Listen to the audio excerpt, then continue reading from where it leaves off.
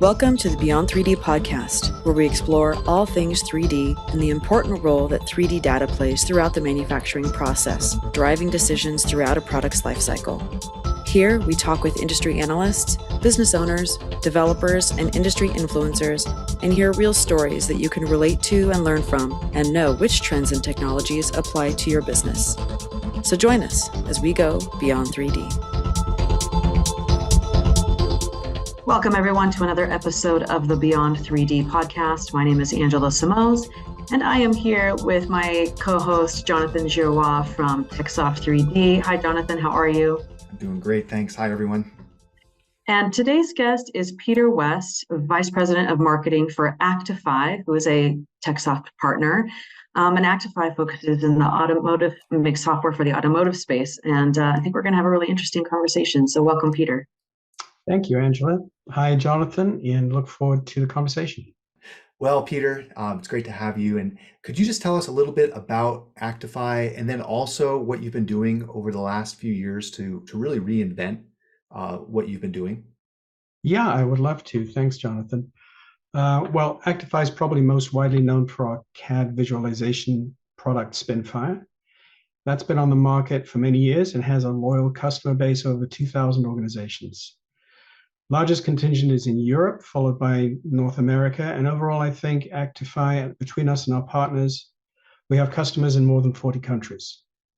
I started working with Actify around 4 years ago, and I learned that the majority of those customers, around 85%, are full or part-time participants in the automotive supply chain. Now, 2D, 3D CAD's very much cross-industry requirements, so that came as a little bit of a surprise. Why so many customers in just one industry? Why this one industry? And the answer turns out to be the way the auto industry is structured. With OEMs, that's the Fords, Teslas, BMWs, etc. They design the vehicles and they outsource the majority of part production for each platform, each model or program, as it's known in the industry, to literally hundreds of suppliers. There's something like 20 to 40,000 parts in an automobile, which you don't want to think about as you're driving down a freeway, but there are lots of parts going on. And we'll drive into some of the details of what that entails a little later. But from a visualization perspective, it means that those suppliers are working every day with incoming CAD in multiple formats from their customers, since the OEMs between them use every major CAD system and more. So Spinfire is essential because the customers need an easy and cost-effective way to access their customer information. In terms of the evolution of the company, today we describe Actify as the program management solutions company. And we really have just followed that thread, starting with CAD visualization and collaboration, along to storing and managing data, to supporting the cross-enterprise global supplier teams that launch components into production. So we've moved all the way from kind of CAD to CAD storage and management into the application space, and specifically the way vehicles are launched into the market.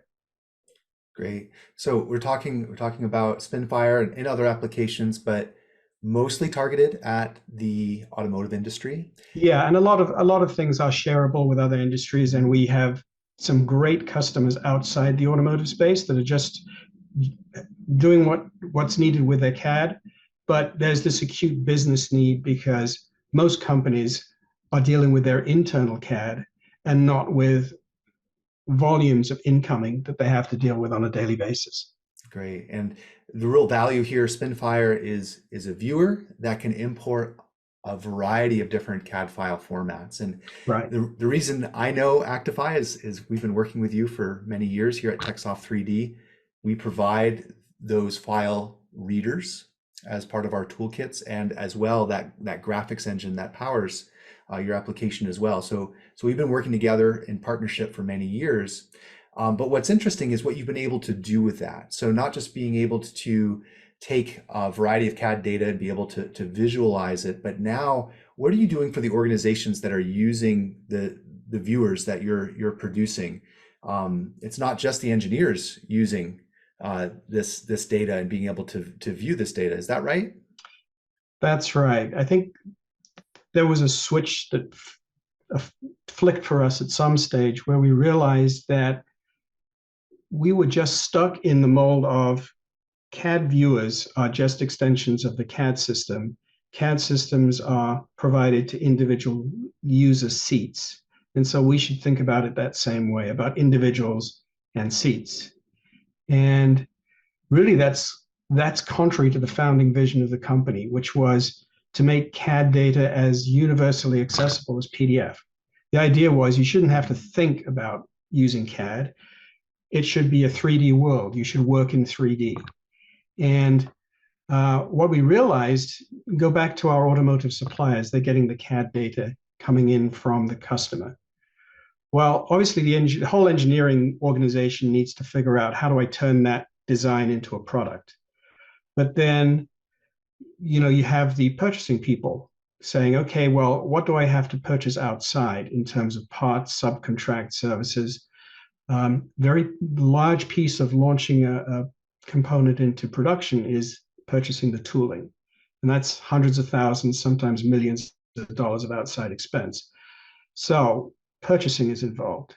Now, when you're spending hundreds of thousands of dollars, the finance department tends to take an interest, right? So they're involved, and quality's involved. And oh, by the way, we're talking about a customer product. So marketing, sales, the business development folks, they want to see what's going on, and there's changes happening. The engineering folks come back and say, yeah, we see that design, but we can't actually physically make it. We need to make this change. Would you communicate that back to the customer? And the customer comes back and says, well, we've changed what we're doing. Would you make this change? So there is constant communication. And in that world, you don't want to be limited because you just fell off the edge of CAD cliff. You're now in non-graphical world where people are sitting there with email. You've lost your digital thread. Everything to do with keeping track of what's going on is broken. And what we said is, let's just give Spinfire to everyone. Let's just enterprise license it. And then everyone has it on their office machine, their home machine during COVID. Everyone's got access. And we'll find a licensing scheme that enables everyone to participate, collaborate in 3D. And that has been a real breakthrough for us. It's been a breakthrough for our customers. It's changed culture. We have customers saying Spinfire is the backbone of our business because they're all permanently now working in CAD in 3D. They're visualizing, they're annotating, they're sharing information, and it's part of that digital thread. It's transformative. Yeah, it's becoming ubiquitous, isn't it? Yeah. So 3D for everyone. And it's not just for the engineers anymore. Yeah, we see that not just in automotive, we see that in building and construction, where everybody wants access to that digital thread, that digital twin, and you're able to make better business decisions at the end of the day, and way less time is yeah, we have this 3 C's mantra. So it's communicate, collaborate, and the third one is comprehend. It's the picture is worth 1,000 words. So if you're having a conversation with a customer and you want to communicate something, then actually showing them rather than trying to describe, that edge over there and that radius, it's just a lot more effective to have that joint visual experience. Yeah, great. So 3D for everyone has been there. You've had that. What have you been doing now to automate? Now, automation is a hot topic. You are improving processes with your applications, but have you been able to even push that envelope a little bit further in assisting your users to automate some of their processes?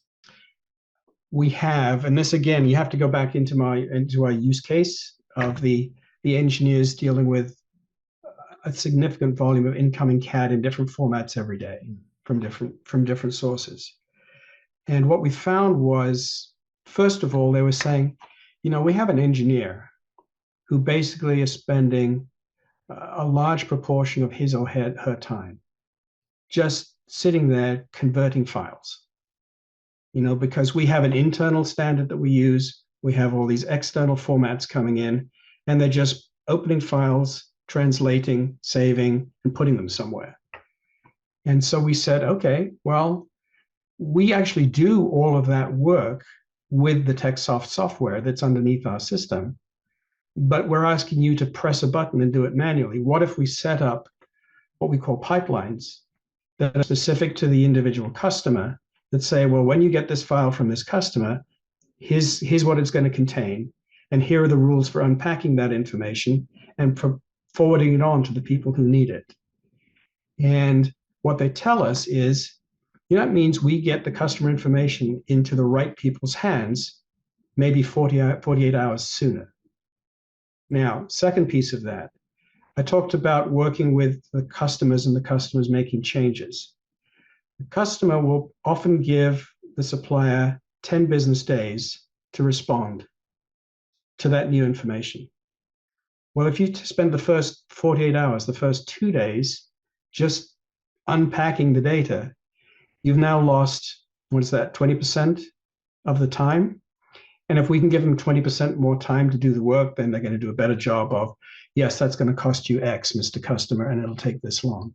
So it's something that we can provide to a customer as an unattended workstation. It's just sitting there on the network. We give it the rules, and it sits there quietly behaving itself, and engineers and everyone else in the organization magically gets the information they need in the right place, in the right format, on time. And to say people love it would be an understatement, because it's painless, time-saving, and for that engineer that was sitting there spending their day doing this, well, they haven't sent us flowers yet, but I'm sure that's what they would like to do. We'll get your address at the end of the podcast, so some people can send those. So time savings, that's one real benefit, being able to communicate and collaborate. Are there other surprising benefits, either from the automation pipelines that you've created, or just having 3D data for everyone? Have there been other surprising benefits that your customers have told you about? Yes, actually, it's become kind of a thing where we get customers telling us that something they just happened in their company that the IT folks found out about because they set up this universal license and now everyone has it on the desktop. A lot of it happened during COVID, because you had HR departments and facilities departments being told, we now need X amount of space, 2 meters of space between every workstation or something, rearrange all the floor plans, right? So they would get a facilities outsourced partner sending them a CAD file. And what would happen is that facilities person would then find an engineer who can read this thing for them and give them a printout, okay? And now that goes away because they've got Spinfire Enterprise. And we have HR departments getting files on health and safety and where are your emergency signs. Every year they get companies get an audit of their emergency procedures. And an outside auditor comes in to check that they've got the signage right, and they've got this right and that right. And suddenly everyone talks about, well, we're doing Spinfires, so they don't have to know what the format is, what the file is. They just click on something, it works. And that TechSoft software deals with whatever format is coming in, and Spinfire renders things consistently so that everyone's going to see the same image, the same detail, whether it's, a facilities layout, or it's more critically products going into production, so that you don't get the variances and the inconsistencies of dealing with different formats. Yeah.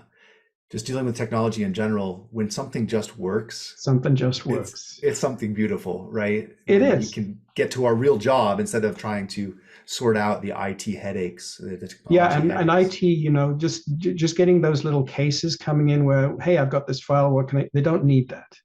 The engineers don't need that. So this isn't something that you're ever going to see high on a list of enterprise needs, but they sure like it when they get it. Yeah, and I bet these organizations in automotive, they have a somewhat locked down environment. And so having approval for one application that does a variety of tasks is probably way better than having 10 applications and trying to get approval and sort that out. So I bet that also has benefits. Another example of that is if you're a salesperson for an automotive supplier and you go visit your customer, you are not allowed, you are often not allowed to take devices on site. And if you can, you can't access the internet while you're there. So they're in a position where they will show if they can take in a laptop, and they actually make. I've visited various plants recently, and they will disable your internet. They will put tape over various places, right? You've probably gone through this as well. Now you can use the laptop, so you can pull up your Spinfire, you can sit with your customer, you can annotate the changes that you need to make, highlight things, and so forth. Then you get back to the office, get out into your car, and you connect to the internet, and now you can share that information immediately with colleagues. So this ability to communicate and collaborate just has unlimited value to it. Yeah, yeah. Yeah, I've experienced some of that security tape with some customer visits before. So you're talking about having the tech on your laptop. Sometimes you don't have access to the internet, but one thing we are seeing in the industry, so this is not just an automotive, but 3D engineering in general is a little bit slower to adopt new technology. However, there has been a continual migration to cloud technology. So Absolutely. We see that in building and construction. There was about a decade ago, and companies are continuing, especially the larger companies who are building software, are continuing to think about what's my cloud strategy, and the demand we're seeing is higher than ever. Is that the experience you've had as well for having cloud enabled software as well? Yeah, I think there is some lag in actually getting cloud implemented because there's a lot of legacy applications, a lot of legacy information. It's going to take time.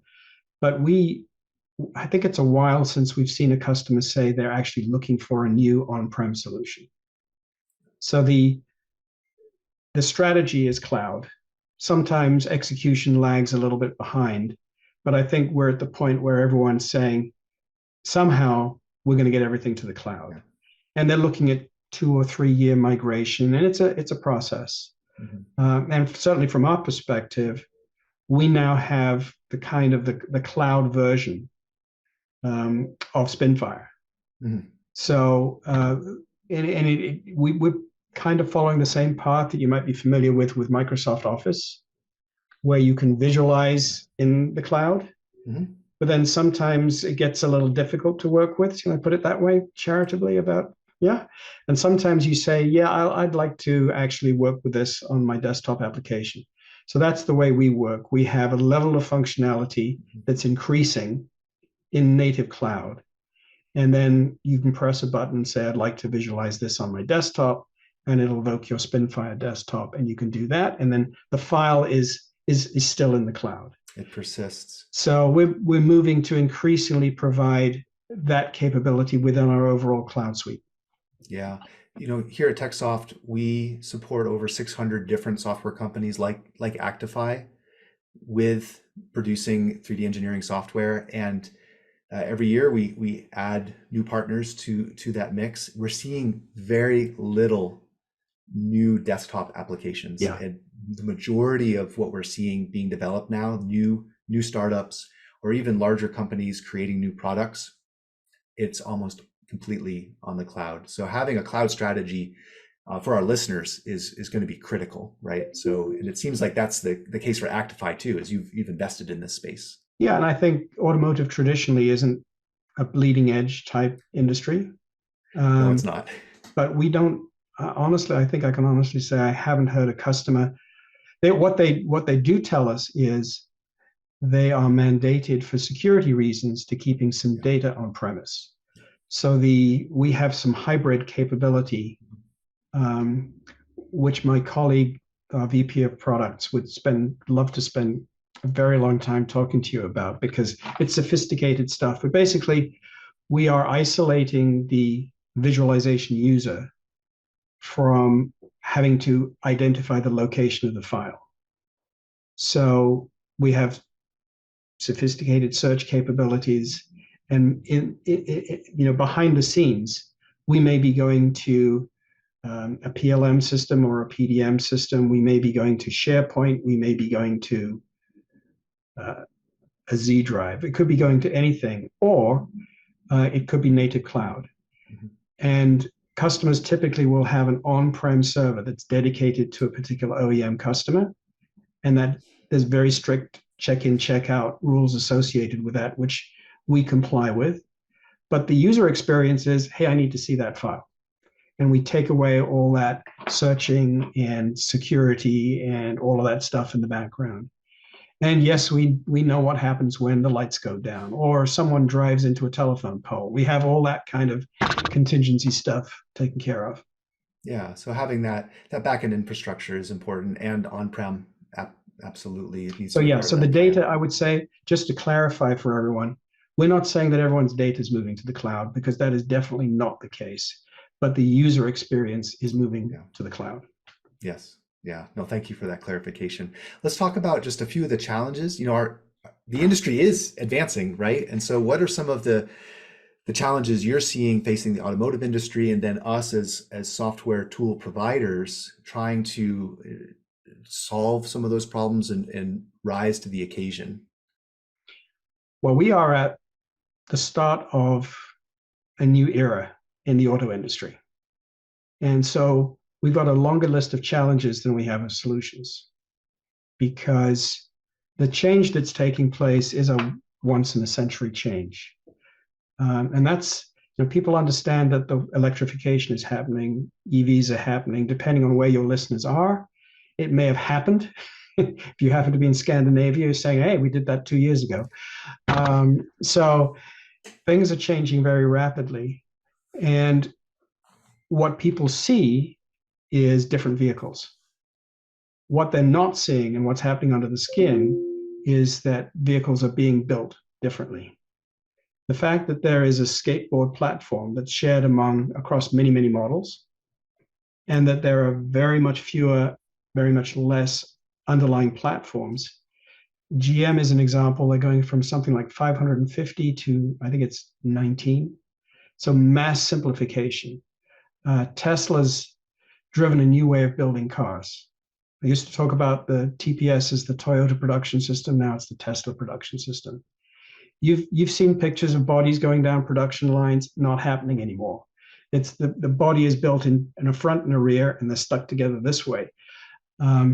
The time scale for a product coming to market, a new model, in the US and Europe, it's traditionally been about 3 years from concept to start of production.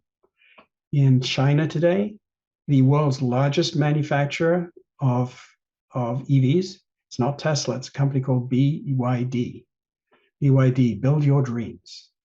And they get a new vehicle from concept to production in 6 months. Oh, wow. Now, when you do that, you can't look at your process and say, how do we improve it? You have to come in with a complete clean sheet and innovate.